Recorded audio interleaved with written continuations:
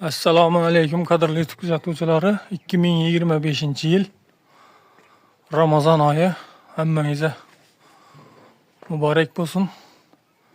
Navbatdagi ishimiz Ellikqal'a tumani Koinot mahalla fuqarolar yig'inida. Ko'rib turganingizdek yana chiroyli qilib narxlarimiz o'sha hech narsa o'zgarmagan. Faqat o'ralarimizning kvadrati 130 ming so'm. Bu taraflar hammasi 120 ming so'mdan kvadrat. Mana e'tibor berasizlar. Shoplarni ham chot yetib bir-birini chiroyli qilib chiqarganmiz imkon qadar. Zakaz qiladiganlarga telefon nomerlarimizni qoldiramiz. Sharshalalarimiz 40 ming so'mdan metri. Ana turbalarimiz 200 ming so'mdan tushadi. Podpiska tashab qo'yinglar, like bosib, poddesh ketib tursanglar.